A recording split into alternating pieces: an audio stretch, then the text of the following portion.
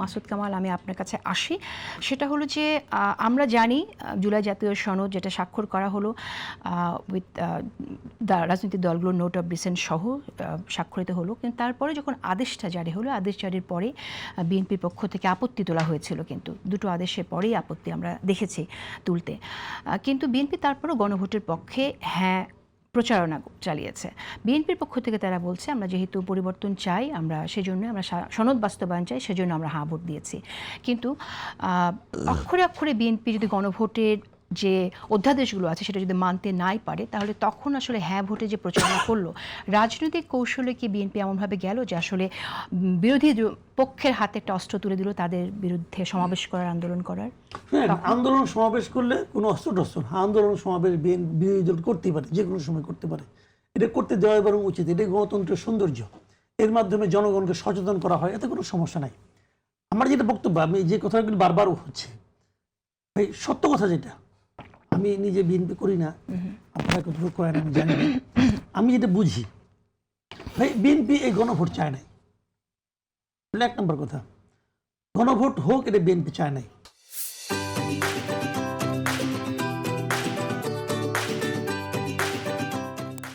দুই নম্বর হলো, বিএনপি গণভোট হলেও বিএনপি গণভোটে হা ভোট পড়ুক এটাও চায় নাই। মুখে বলছে কেন? মুখে বলছে এই কারণে আসলে বিএনপিকে ব্ল্যাকমেল করা হয়েছে। স্ট্রেট কথা। আপনি বলেন যে হ্যাঁ ছোটগুলি দল আর তারা কেমনকে ব্ল্যাকমেল করে। ব্ল্যাকমেল কিন্তু বড়দেরকে ছোটরাই করে। বড় তো ধমক দেওয়া বাস্তবায়ন করে ফেলায়, ছোটরা টেকনিক্যালি ব্ল্যাকমেল করে। আর এই পুরা জুলাই সনদ বলেন, এই গণভোট বলেন, এই জুলাই সনদ বাস্তবায়ন আদেশ বলেন, এই সব হলো আলী রিয়াজ এবং ডক্টর ইউনুস এমন একটা গিট্টু পাকিয়ে গেছে যে আমি একটা গিট্টু দিয়ে দিলাম, এখন তোমরা এই গিট্টু নিয়ে খুলো। আমি গিট্টু নিয়ে মজার মজার আলাপ হইতেছি না, ওই অক্ষরটা এরকম ভাবে হবে, ওটা ক্যাপিটাল লেটার কোনো, ওটা স্মল লেটার হওয়া উচিত, ওটা ইটালিক হওয়া উচিত, এইগুলি নিয়ে আলাপ আলোচনা হচ্ছে। Is it the main problem? No, এটা মেইন প্রবলেম না। আপনি জিজ্ঞাসা করেন না যারা গণভোটে ভোট দিচ্ছে, আমি তো চ্যালেঞ্জ দিয়ে বলতে পারি যে 90% লোক গণভোটে না বুঝে ভোট দিচ্ছে, জাস্ট বুঝে নাই জিনিসটা কি। আমিও বুঝি না, জানেন আপনি। আমি প্রথম যখন ব্যালেটটা পাইছি, পাই আমার কিন্তু একটা খুব পছন্দের জায়গা আছে। সেই জায়গাটা হলো আমি ওই উচ্চ কক্ষ চাই এবং এটা পিয়ার পদ্ধতি চাই, এটা কিন্তু আমি চাই। এটা বিএনপি আবার চায় না। তো জামাত চায়, এনসিপি চায়, আমিও চাই। আমি জামাতও করি না, বিএনপি করি না, কিন্তু আমি চাই। এটা দেখে আমি এত খুশি হয়ে একটা হ্যাঁ মধ্যে ভোট পারছি। পরে দেখছি আমি আবার অনেক কিছু চাই না, তোর আবার না ভোট পারছি, ভোট পেয়ে এসে পড়ছি। আমি হ্যাঁ না এভাবে করছি।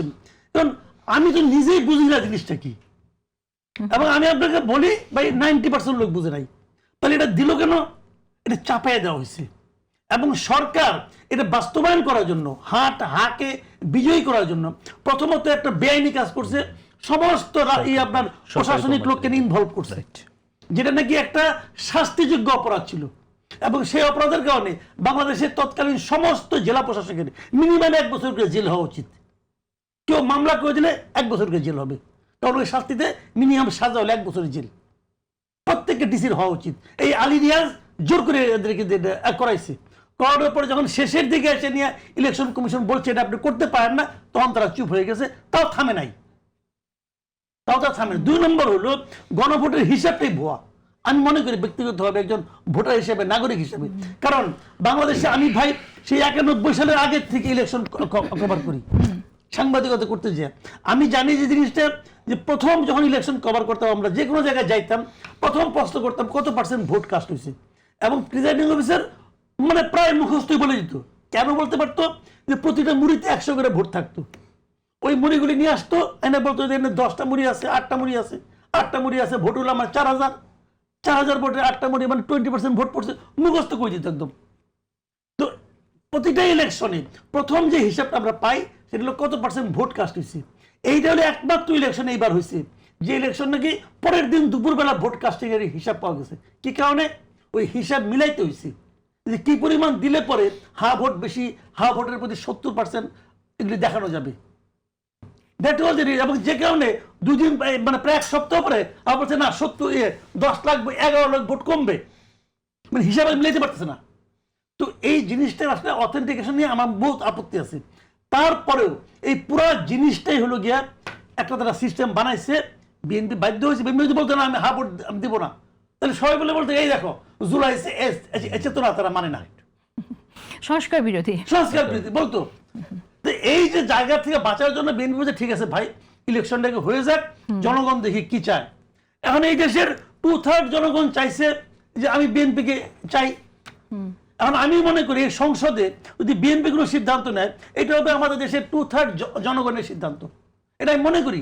আমি পছন্দ করি আর না করি, যেমন আগে বললাম না আমি কিন্তু খুব চাই যে পিয়ার পদ্ধতিতে উচ্চ কক্ষ হোক। বিএনপি যদি বলে পিয়ার পদ্ধতি উচ্চ হবে না, আমাকে মানতে হবে, কারণ এটাই ডেমোক্রেসি, এটাই আমি বলবো, এটা আমি চাই না, কিন্তু আমি এটা অমান্য করতে পারবো না, এটাই ডেমোক্রেসি। আমার ক্ষেত্রে হলে ডেমোক্রেসি, তোমার ক্ষেত্রে হলে স্বৈরতন্ত্র, এটা তো ভাই হয় না, বিষয়টা মানতে হবে। এখন উনি আবার বলতেছেন যে যে জিনিসটা নিয়ে আলোচনা যে বিরোধ যেটা হয়েছে, এই যে বিএনপি যে সংবিধান সংস্কার পরিষদের শপথ করে নাই মেম্বার হিসেবে, আমি তো মনে করি বিএনপি ঠিক করছে, ঠিক করছে এই কারণে শপথ না নেওয়ার পরও তো আপনার সভা ডাকার জন্য সভা ডাকার আহ্বান আসছে, সেটা আমি জানতে চাইছি। যদি সভা ডাকেন আপনি তাহলে তো এই ৭৭ জন ছাড়া আর কেউ থাকবে না, এরা ধরুন সিদ্ধান্ত নিতে পারে 60 হলেই তো আপনি সভা ডাকতে পারেন। তো ওটা ডাকতে তো হয়ে যেতে পারে, কিন্তু ও তো ডাকবে না এই জন্য, কারণ ওরা তো নিজের একটা মেম্বারই না। তা আমি যার মেম্বার না ওইটা আমি ডাকবো কেন? আমি ডাকবো না ভাই, তারা তো এই জিনিস। এখন আমার কথা হলো আপনি বলবেন যে কেন আমি মনে করি ঠিক করছি, ঠিক করছি এই কারণে ধরেন সংবিধান সংস্কার পরিষদ হওয়ার পর ওখানে আপনি সংবিধান সংশোধন করলেন, যদি কেউ যে সুপ্রিম কোর্টে যে কমপ্লেন করে যদি বলে এই সংবিধান সংস্কার পরিষদ কোথায় পাইলে সে, সুপ্রিম কোর্ট যখন এটা আলোচনা, সুপ্রিম কোর্ট তো আপনার সংবিধানের গার্ডিয়ান তাই না, ওরা তো সংবিধানটাকে সমুন্নত রাখার জন্য ই করবে, দেখবে কেউ ভুল করছে কিনা। তোরা যখন দেখবে তখন তারা কিসের উপর ডিপেন্ড করে দেখবে, এখানে যা লেখা আছে তার উপর ডিপেন্ড করে দেখবে, এবং এটা কোথায় আছে, এটা নাই তো, নাই তো জিনিসটা। কাজেই এখন আপনি কি চান? আপনি আছেন জুলাই সনদ বাস্তবায়ন, এবং বিএনপি বলতেছে যে সংবিধান সংশোধনের যে নিয়ম কানুন সংবিধানের মধ্যে আছে, আমি ওই অনুযায়ী জুলাই সনদ বাস্তবায়ন করি, করেন না ভাই, অসুবিধাটা কি? খাবো আমি ভাত যেভাবেই। এখন আপনি আমার বলছিলেন না এই ভাত লাকড়ির চুলায় বানাইতে হবে, কেন?